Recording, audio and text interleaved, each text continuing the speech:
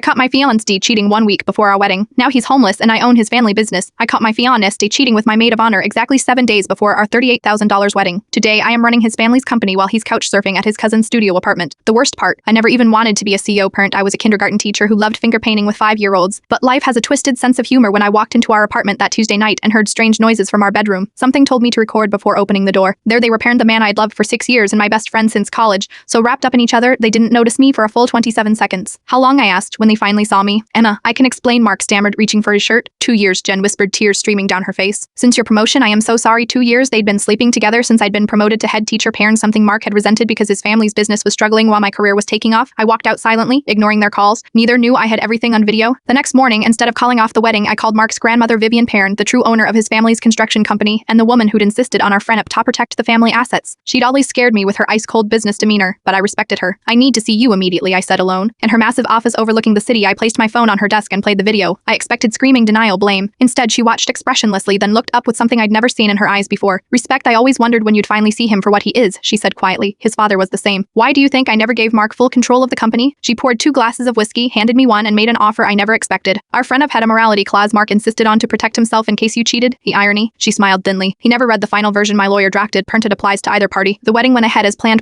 except I wasn't there. While 300 guests waited at the church, Mark was served legal papers at the altar, documentation of his infidelity, triggering the morality clause, along with proof that he'd embezzled company funds to pay for their secret trips. Vivian had suspected for months but couldn't prove it. My evidence completed her case. By Monday morning, Mark was removed from the company, his accounts frozen. Jen was fired from her teaching position after the board received anonymous evidence of her moral misconduct. You could have just broken up with him, Mark's mother hissed at me when she found me cleaning out his office. And you could have raised a better man, I replied, placing his nameplate in the trash. 6 months later, I am sitting in what used to be Mark's office, running the company better than he ever did. Vert out my skills managing chaotic classrooms of kindergartners transferred perfectly to managing construction crews. Vivian stops by weekly mentoring me and bringing homemade cookies per test, something her staff says she's never done for anyone. Yesterday, Mark called from an unknown number. I've changed, he claimed. I've learned my lesson, so have I replied before hanging up. Sometimes the life you never wanted turns out to be exactly the one you needed, and sometimes justice comes with an unexpected promotion. I still volunteer at my old school on weekends finger painting with kids, but Monday through Friday, I'm the boss Mark never had the character to be.